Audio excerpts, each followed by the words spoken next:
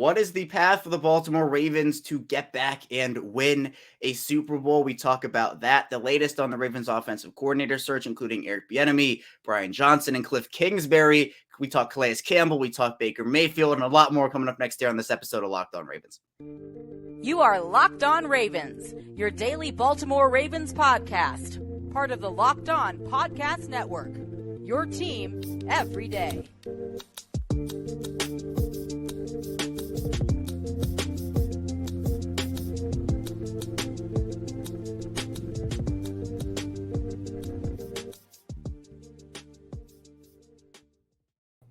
Welcome into another episode of Locked On Ravens, your daily Baltimore Ravens podcast. I'm your host, Kevin Oestreicher of Ravens Wire. We are here as always on the Locked On Podcast Network, your team every day. Thank you so much for being here with us today and making us your first listen. We're free and available on all podcasting platforms, including over on YouTube. And today's episode of Locked On Ravens is brought to you by FanDuel Sportsbook, official sportsbook partner of the NFL. Make every moment more. Visit FanDuel.com/LockedOn today to get started. And we're back here at his Taco Tuesday with our Taco Tuesday guest, Spencer Schultz of Baltimore Beatdown. And Spencer, we're officially in the offseason. It is draft season, free agency season, as the Chiefs are Super Bowl champions again. Patrick Mahomes wins his second Super Bowl, 38-35 over the Eagles. It was, I think, a really good game, a really good halftime show. And we're going to be talking, at least in this first segment, about how the Ravens, what their path is to get back to and win a Super Bowl. What do you think of the actual game? Thought it was awesome. Thought it was a masterclass in Kansas City, creating a simple environment for success for their offense and being able to make just enough plays defensively, while the Eagles did have a ton of success, but were able to kind of put the brakes on a runaway train, so to speak, contain the Eagles' run game to a degree, and force the Eagles to have to really just utilize Jalen Hurts. Their backs didn't get much going. So thought it was an interesting game. Thought it was a really fun one. It was certainly a high-scoring affair and came down to the very end there. So can't really ask for too much more from a fan perspective. And it was a game where you just see the ability of a smart team that's able to navigate through in-game decision and prepare accordingly and feel the continuity offensively, where they had enough possibilities and ability to make adjustments within reason, where they have things called corn dog that they can go run on a quick 2-word play. Like, that's not something that's hard for a rookie or hard for a new player to come in and be like, oh, yep, we're running corn dog down at the goal line. So I think that's a masterclass in the simplicity of what the Chiefs have created, why they're able to trade away someone like Tyreek Hill. They invest in their offensive line, or spend on their offensive line, I should say, and make sure that Mahomes has some consistency there. And then they're able to just go put up some points. I think that the other interesting part, in my opinion, I thought that Nick Bolton should have had 2 touchdowns. I thought that was a Miles Sanders fumble. I think he had the ball for a beat, and because Miles Sanders, quote unquote, doesn't make a football move, was I guess the deciding factor there. But he had the ball for so long, it felt like, there was that full beat of control of the football and things like that. So glad that, I guess some people are upset about the call at the end of the game. I think that there was some disingenuous camera angles that were being shared for quite some time, and then some other ones come out, James Bradbury's words and all those things. But the Chiefs got the ball with 5.5 minutes left, I believe, in that game, and really ran that thing out and made sure that the Eagles weren't going to have timeouts and have a bunch of comfortability there.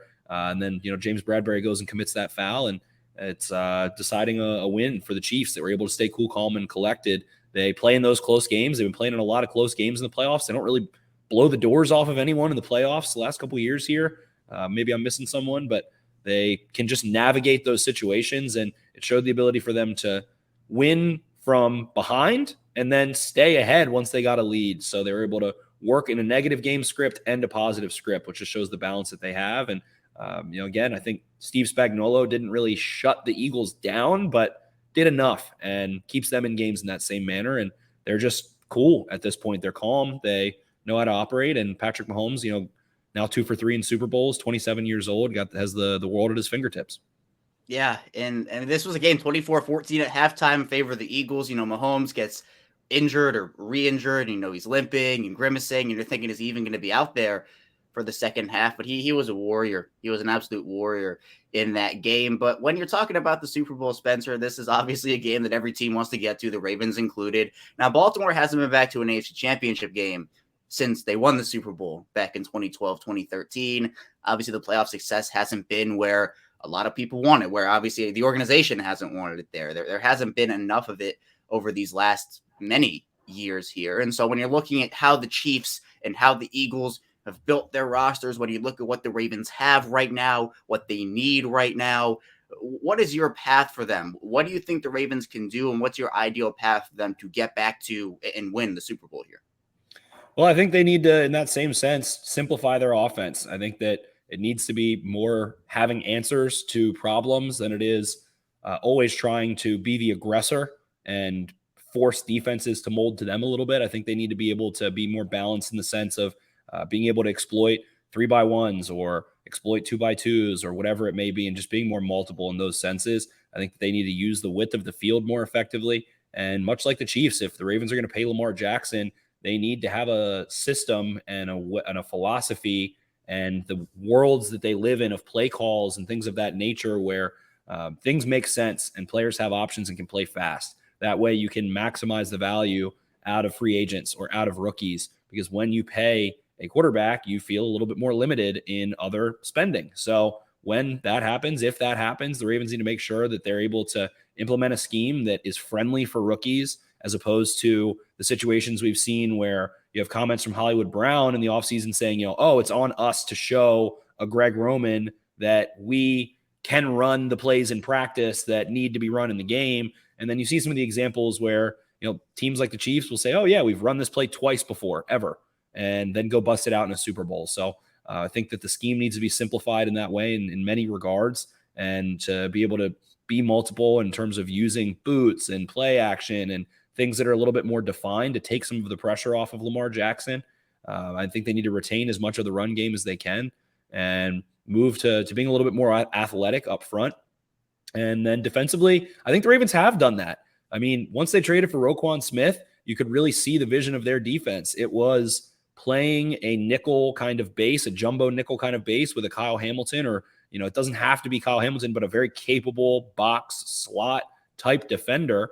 And then really just being able to bring pressure from either side of the line of scrimmage or either strength or weakness of the formation, have guys like Queen and Smith and Hamilton, as well as the outside linebackers, be able to simply create confusion just by being multiple there. If one of those guys comes, then the other side, they're dropping out. And if the quarterback doesn't see that coming, they secure it well, or able to bluff on the other side and make a quarterback think one thing's coming, then it causes a quarterback to have to go through their progression, go through their reads, hold the football, which allows, more possibilities of getting a sack and better decision-making from the quarterbacks they play. And I think we saw that plan against the Bengals executed to perfection 3 times this season.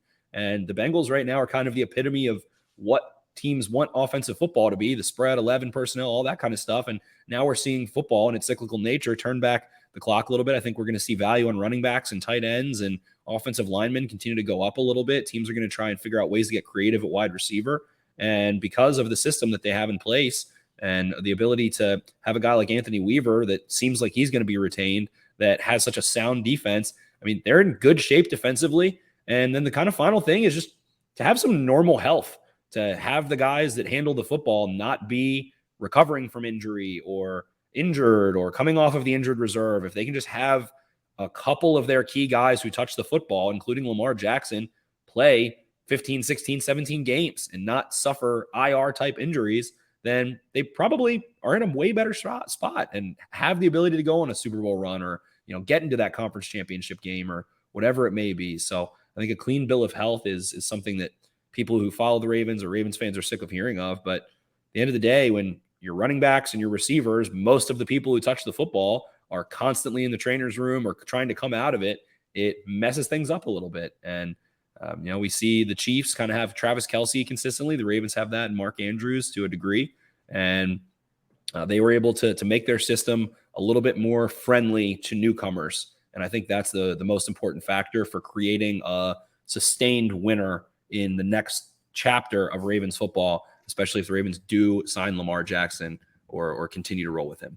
Right. And I know a lot of the big offseason questions here, it is, where's Lamar Jackson going to be in 2023? And it is also the next offensive coordinator. Who is that going to be for the Ravens? So coming up in our second segment, we'll be talking about Eric Bieniemy, Brian Johnson, Kliff Kingsbury, and some of these other candidates for the position. So be sure to stay tuned. Still lots to dive into on Locked On Ravens. But first, This episode of Locked On Ravens is sponsored by BetterHelp. And when you're at your best, you can do great things, but sometimes life can get you really bogged down and you may feel overwhelmed or like you're not really showing up in the way that you want to. But working with a therapist can help you get closer to that best version of you, because when you feel empowered, you're more prepared to take on everything that life throws on you, no matter how big or small it is. And there are so many people who have benefited from therapy and have had many positive experiences. And there are plenty of benefits to going to therapy, such as learning positive coping skills, how to set boundaries. It can empower you to become the best version of yourself. And it isn't even just for those who have experienced major trauma. There are so many different kinds of therapy that have helped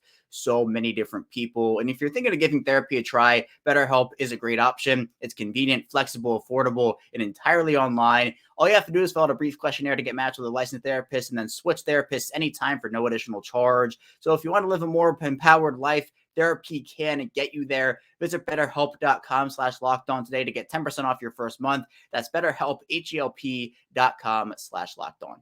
We are back, our second segment of Locked On Ravens on Tuesday. Kevin Oestreicher still here with Spencer Schultz of Baltimore Beatdown. And Spencer, it's been a somewhat long process. I mean, some teams already have their offensive coordinators. The Ravens, it seemed like they were waiting for after the Super Bowl, because we got a report from Jeremy Fowler on Super Bowl Sunday, that the Ravens are expected to speak to both offensive coordinator for the Chiefs, Eric Bieniemy, and Eagles quarterback coach Brian Johnson about their position. We also got Justina Anderson talking a bit about Kliff Kingsbury, although that doesn't necessarily seem like a fit at the moment, according to what she put out there. For those three, Bieniemy, Johnson, Kingsbury, what's kind of your realistic factor? How realistic is it that any of those three guys could be the next offensive coordinator in Baltimore? Well, I don't think the likelihood for Brian Johnson's looking very good right now, especially with Shane Steichen reportedly in Indianapolis, ready to finalize his contract there and become the next head coach of the Colts. I would think that he will either bring both of or one of Kevin Patullo, the pass game coordinator, and Brian Johnson, the quarterback's coach, to Indy. And if one of them remains, they will probably just become the Eagles' next offensive coordinator. So I would imagine that anyone on the Eagles staff, I'm sure conversations could be had. I'm sure, those coaches might not be in the business of declining, 5-star dinners and having a conversation and expanding their horizons. And I think in part, that's why the Ravens want to talk to guys like those, or Kliff Kingsbury, because they just want to make sure they're making those connections. They're getting referred the best coaches. They hear names that they haven't heard before. They share their vision, their philosophy with these guys, talk football in that sense. And then, hey, maybe Brian Johnson knows somebody. Maybe Kliff Kingsbury knows somebody that would be good on the Ravens staff, or that should be considered to be the next quarterback coach or pass game coordinator or run game coordinator. So I think it's just kind of uncovering those conversations to a degree. With Bieniemy, I don't know. I do not know what the story is with him. For someone that has been the offensive coordinator on the best offense, arguably in NFL history over the last 5 years, and play in 3 Super Bowls, win 2 of them, continuously, breaking records over time in that offense, how he doesn't get it's fishy. I mean, maybe it is because of a little bit of racial bias and racism to a degree, which we've seen in the coaching world so much, that it's harder for coaches of color to make their way through. But I feel like that has not been quite as prolific as it has in the past. And there's just something more than meets the eye as to why Eric Bieniemy isn't getting a head coaching opportunity year after year. I'm not sure. It sounds like with the Chiefs, they kind of are maybe looking to green light him moving on, from the words of Andy Reid, and they want him to go run his own show somewhere, whether that's an offense or a team. But it just doesn't make a lot of sense. Things don't add up, and it feels like there's more than meets the eye. So maybe it is with the Ravens. I know we did have Ed Reed tweet out and say that Bieniemy would never happen in Baltimore. I don't know why he said that, but that continues to add to the kind of mystery of why doesn't Eric Bieniemy get opportunities. So I know that the Washington Commanders and the Baltimore Ravens are scheduled to try and speak with him. I know that Bieniemy was holding out hope for the Colts job, which he is not going to get after, again, continuing to put forward outstanding performances and be a part of that groundbreaking, record-breaking offense. And then you see Shane Steichen, who is on a team that has multiple All-Pro, Hall of Fame, outstanding talents, good quarterback play, a top 5 offensive line of the last decade, A.J. Brown, Devontae Smith, Dallas Goedert, good backs, all those things, and will go get an opportunity when Sirianni is the guy who's, it's similar to like Andy Reid. Sirianni is the guy that kind of runs the show. and Steichen calls the plays and is the coordinator and shares the input and the philosophy of, the companionship and collaboration with Sirianni, but it just doesn't quite make sense. So something is odd there. At this point, the Ravens have had an extensive search that probably spans a lot more coaches than we even realize. I remember back when they ended up hiring Gary Kubiak, or allegedly they talked to 30 different coaches. And it feels like at this point, there's been probably about 15 to 17 that have been reported. There's probably another 5, 10, 15 that have not. So Dave Canales, Todd Monken, Justin Otten out of Denver, and a few others that have had those, second conversations with Bobby Ingram as well. I think some of those could be, I think there's elements to those in some cases where a coach might be doing another coach a favor by having a second interview, or might be, looking for something more than meets the eye. So some of those, generate reactions or responses that I think are maybe not quite what is at surface level and what we're really seeing. But Bieniemy, to me, at this point, him, Todd Monken are probably the two odds-on favorites. In my mind, I think Justin Otten had a really good referral from Jerry Rossberg, who was with Harbaugh for the entirety of his tenure up until this past year. So I think he could be a little bit of a dark horse there, but I think they would want to opt with someone who has a little bit more experience play calling, and Monken and Bieniemy fit the bill. So I would think those are kind of the two guys that the Ravens will look to in the end. Yeah, and it's super interesting, when you're just talking about the Chiefs and the Eagles in general with Bieniemy and Johnson and the offenses that they both have been a part of, where the Eagles, I saw the graphic where their entire offense, I believe it was homegrown outside of the A.J. Brown deal for starters. And then for the Chiefs, you had a couple of more guys from the outside like Orlando Brown and Joe Thuney and Juju Smith-Schuster and Marquez Valdez-Scantling. So I think for what the Ravens can do, and kind of you look at their offense right now, Lamar Jackson, a homegrown guy, and obviously you have to figure out what's happening with him in 2023. But then it's J.K. Dobbins homegrown, Gus Edwards homegrown, Mark Andrews, Rashad Bateman. So they have a lot of homegrown guys with a Kevin Zeitler in there who was signed, a Morgan Moses in there who was signed. With the offensive blueprints and the kind of stuff we talked about on yesterday's show, Spencer, at least I got into, is there a preference for how you feel like the Ravens can be most successful in their offensive roster building? Are you fine with them going mostly homegrown guys, or do they need to have just a little bit of that outside talent like the Chiefs have gotten, or even like what the Eagles did in trading for an A.J. Brown? Well, I think that the Ravens are going to have to. I don't think it's really a situation of preference. I think they're going to have to bring in value free agents and draft picks over the next 2-3 years. And again, if that is the route that they take, paying Lamar Jackson $250 million fully guaranteed or whatever it may be, or franchise tagging him the next 2 years and then committing a ton of money to him, then you have to have a system that allows you to bring in outside players and get them up to speed quickly and adapt more quickly to your opponent, as opposed to, again, trying to be the aggressor. So they're going to have to do that. I think they don't really have an option. And the only way that they don't is if they get rid of Lamar Jackson. But at the same time, you're then bringing in a new system and a new quarterback, and there's not going to be continuity anyway. So really, any kind of way you crumble the cookie, the Ravens are going to have to figure out a way to streamline bringing in a new system and bringing in new players. So they will continue to have Mark Andrews, Rashad Bateman. J.K. Dobbins has one more year left on his contract.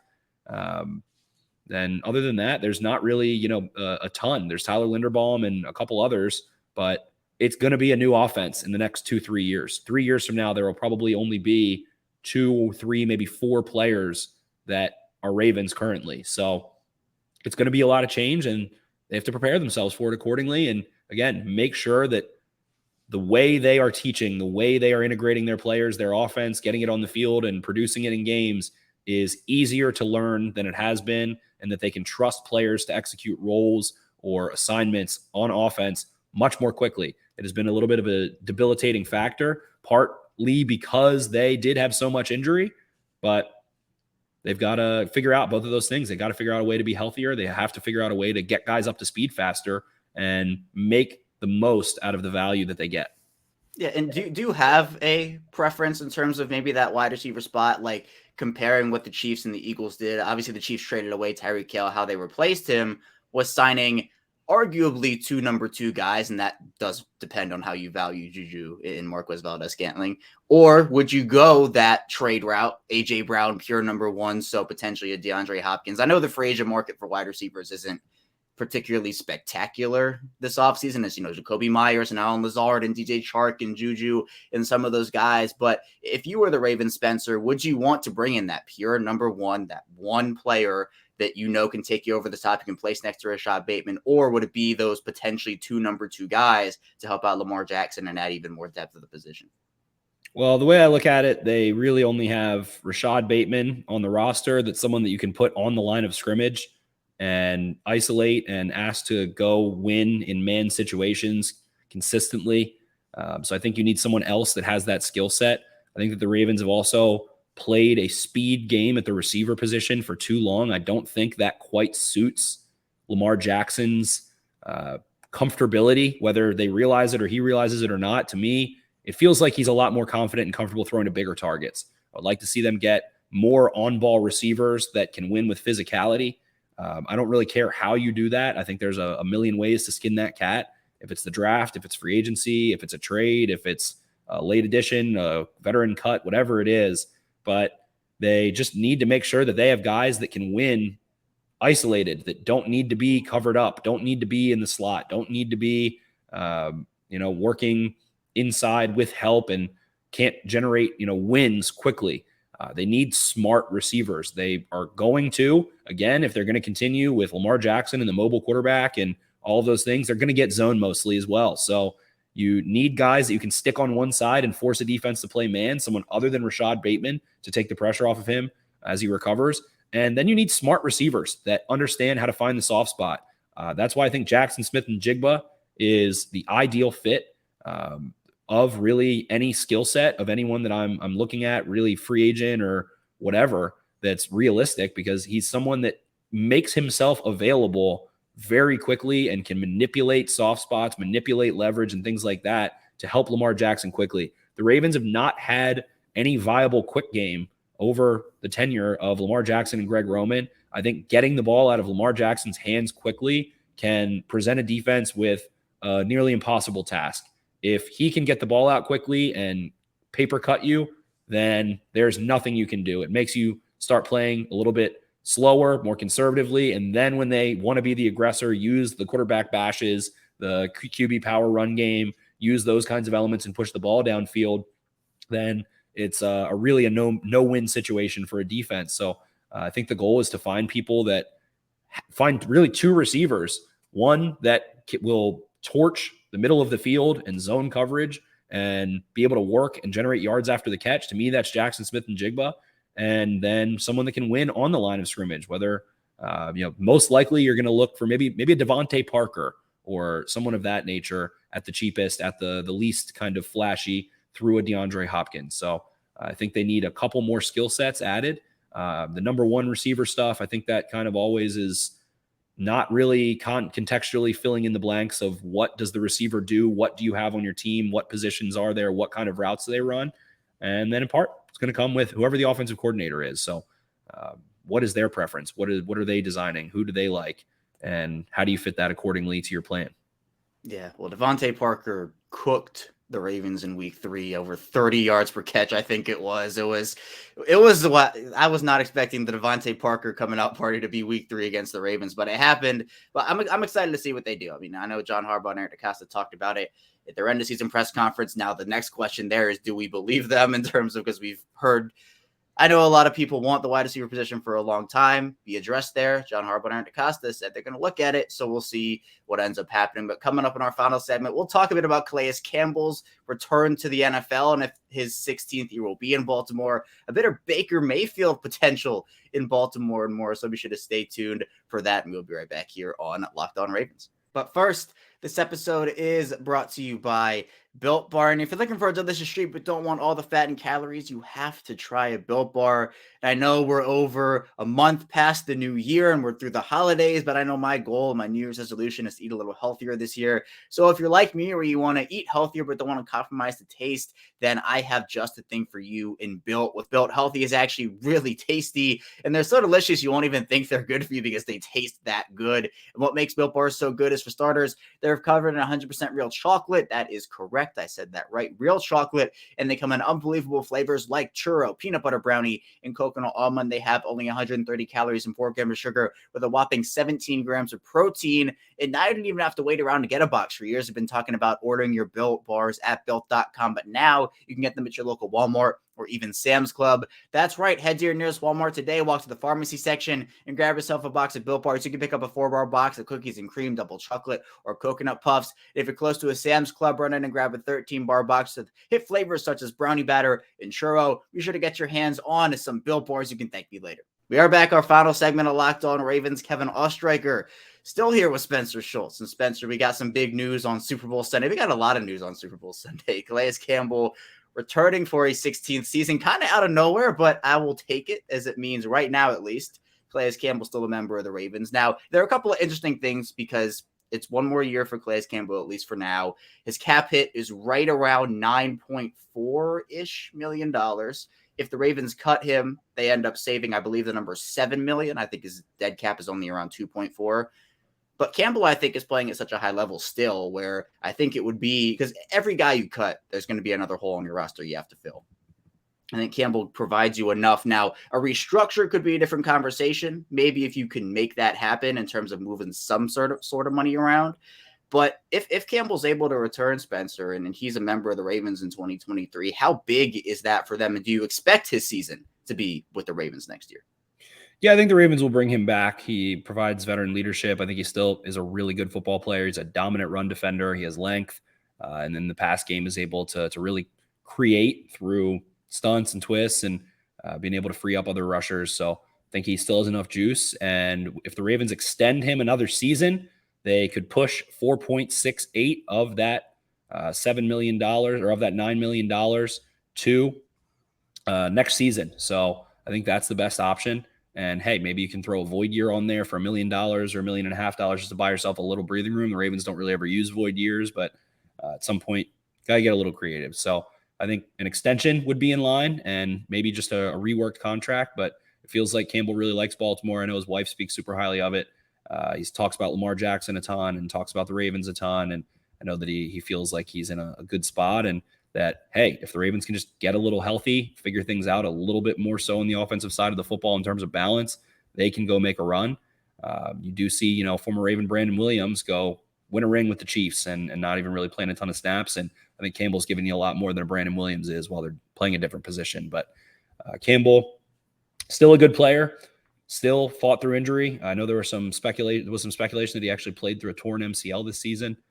Towards the end there when he suffered an injury, he decided to go put it all on the line and still can really overwhelm guards and centers and as a force in the run game. So I think he stays in Baltimore and I think they'll be happy to have him. Yeah. And do you feel like would his role be reduced next year? Because you have a couple of up and coming guys like Broderick Washington, Justin Madubuike, Travis Jones, or would you still put him at the forefront of that defensive line and have him play a bunch of snaps? I think that it would be in their best interest to maybe try and keep him a little fresher, but usually injury kind of dictates that anyway. So whatever sounds good on paper, he could get injured, someone else can get injured, and a Michael Pierce is injured. Suddenly Travis Jones is playing a ton of the nose snaps, and Campbell's got to help out in another way. Brent Urban's playing more snaps because of that in effect. So I think if he's playing, I think he'll play a lot. I think he'll continue to. He's still a very good player. He's probably still their best defensive lineman. And as those guys continue to ascend, they're going to fight for more snaps. And if you need to take him off the field because other guys are playing so well, it's a good thing. But Calais Campbell's still one of the best defensive linemen in the NFL in my eyes.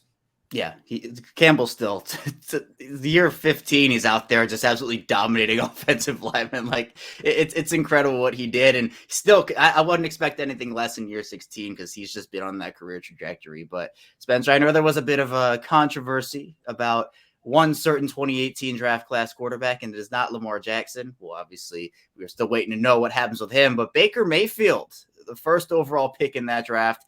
Jeff Zrebiec writing an article and talking a bit about why Lamar Jackson isn't the Ravens' only question mark at quarterback, and Jeff does great work, and he talked a bit about how the Baker Mayfield to the Ravens connection might not be as far-fetched as some people might think it would be. And he said that he wouldn't be too quick to dismiss a potential Ravens and Mayfield pairing. Now, I know it was difficult at first. I also looked at it and I was like, wait, is he talking about starter Baker Mayfield for the Ravens or backup Baker Mayfield for the Ravens? But obviously, we're looking more at this situation likely as a backup for Baltimore. I mean, would you like that? Would you like if Baker was the backup in Baltimore? Yeah, I think Baker is a fantastic backup. I think he's a great quadruple A type quarterback that will know your offense. I think he'd be incredible in scout team and be able to do some things arm wise and be able to push to some certain areas of the field that not a ton of guys can do. So I think it'd be a great backup, but kind of just maybe almost sounds like maybe Baker's agent is trying to stir something up and fed somebody something to get some buzz going about good old Baker Mayfield. So would be a nice backup. Definitely experienced, talented, hasn't really been able to develop, as a going through his progressions and reads and being comfortable in the pocket and keeping his feet steady and all that kind of stuff. But as a backup, can't really ask for too much more there.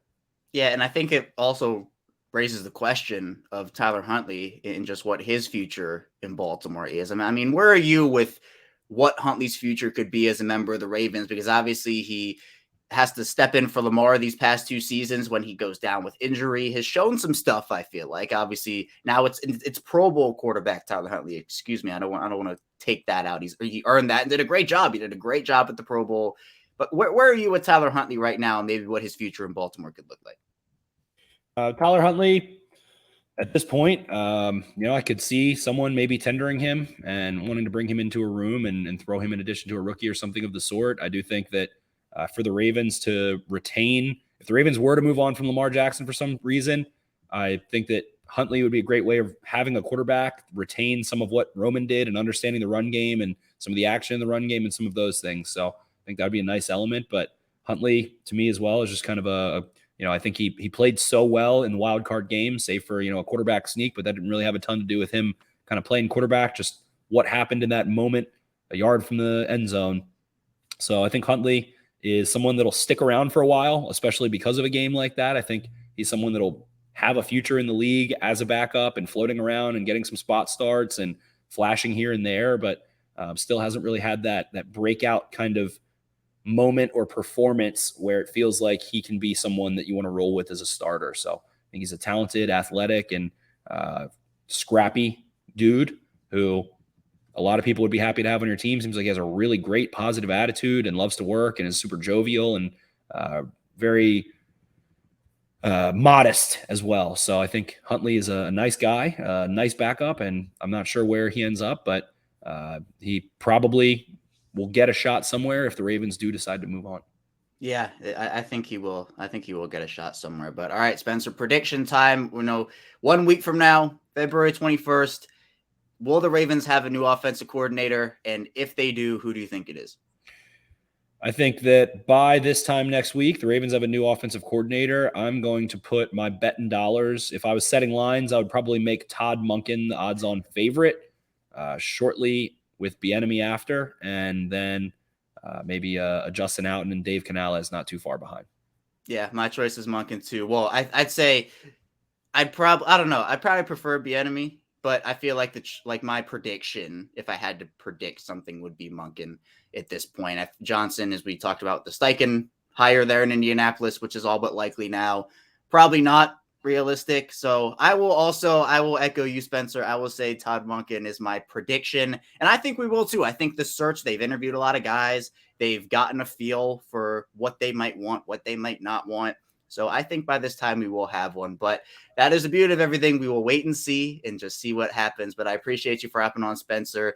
Thank you for coming on, and please tell everybody what you're working on as we continue to dive into us officially full off-season mode here.